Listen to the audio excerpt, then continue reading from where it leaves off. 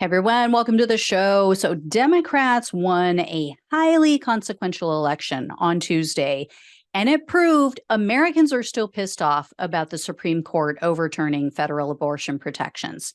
It also proved again that the Republicans are the party of spoiled brats and sore losers because their members are already talking about impeaching this newly elected justice. So here's the deal. Here's what went down on Tuesday. Here's what's going on now.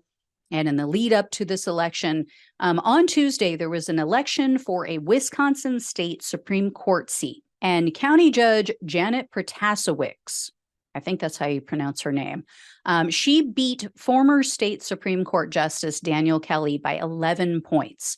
So Protasewicz will be replacing a conservative who sat on the court for 20 years. And she's going to be there for at least 10 years. That's how long the terms are. So until the next election, she is there. There will be for the first time in many, many years, liberals will control the Wisconsin Supreme Court. 15 years it's been under conservative control.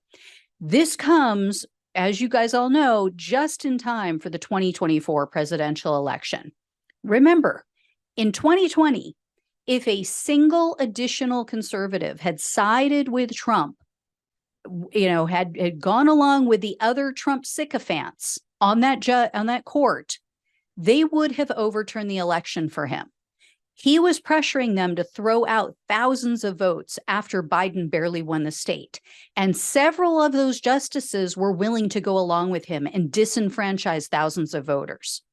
Wisconsin Supreme Court also went on to uphold very restrictive voter ID laws based on his lies about the 2020 election.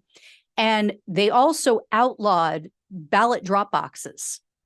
So that was all done because there was a conservative majority, and they allowed for the use of Trump's fairy tale about the stolen election to implement all of these insane things.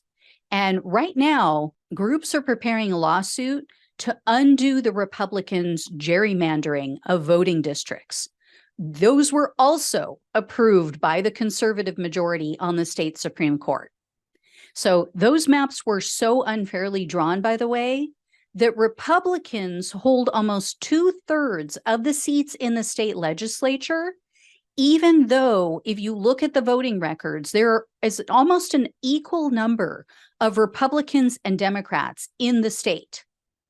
And next month, a case is going to court that's challenging their antiquated abortion laws.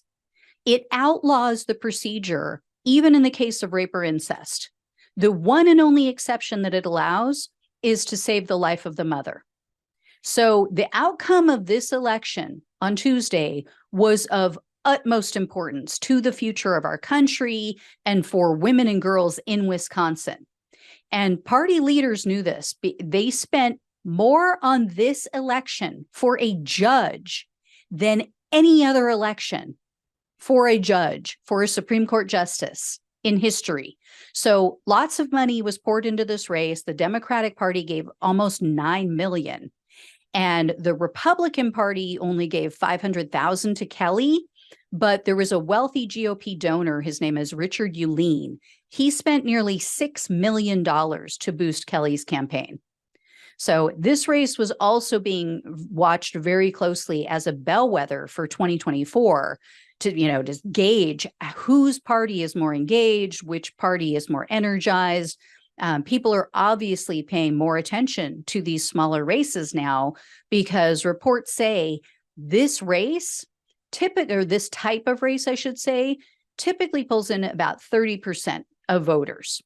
This week, nearly 40% of registered Wisconsin voters cast a ballot. So, it's still not a majority of the people in the state, but it's more than normal. And Kelly is crying foul because Protasewicz, she was very vocal. She was very open about her being pro-choice, about her belief that the voting districts were gerrymandered to favor Republicans. Well, Wisconsin judicial candidates don't state which party they belong to. So Kelly is upset because he says that she politicized the race. But Kelly has made his positions clear in the past. He has written documents where he openly was opposing abortion. He is one of these complete extremists when it comes to the abortion issue. He also wrote that affirmative action and slavery are equal from a moral standpoint. So this guy is vile. He's just vile. But, instead of accepting, hey, maybe it's me, instead of looking in the mirror at the person who really cost him the race, as usual, he's refusing to accept that his opinions are outdated, they're unpopular. And unlike conservative justices who refuse to recuse themselves from any case, Protasewicz has promised that she will recuse herself from any case that's brought by the state Democratic Party since they gave her such a large amount of campaign contributions. And if Protasewicz doesn't keep her word, there's nothing that conservative justices can do about it. And it's their own damn fault. Because in 2009, the conservative justices on that court ruled that other members of the state Supreme Court can't force another justice off of a case. So they did it to themselves. They also voted in favor of allowing massive funding in these kind of races. And they ruled that these Supreme Court justices could tell voters where they stand on major issues as long as they don't promise to vote in a certain way. So the Wisconsin conservatives' reindeer games are coming back to bite them in the ass. And as I mentioned at the beginning, the Republican lawmakers, like the state lawmakers, are telling news outlets that they're considering impeaching Protasewicz, that they would consider it. She hasn't even taken her seat yet. She was just elected, and they're already threatening to impeach her. These are spoiled brats. They cannot handle the word no.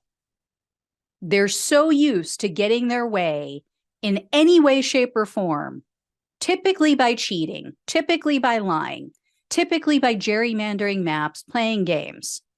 And so when they lose legitimately, they can't handle it. They throw a freaking tantrum. Anyway, guys, I will let you know if I hear any more. Thank you so much for watching and listening. Please like, share, and subscribe. Please donate if you can.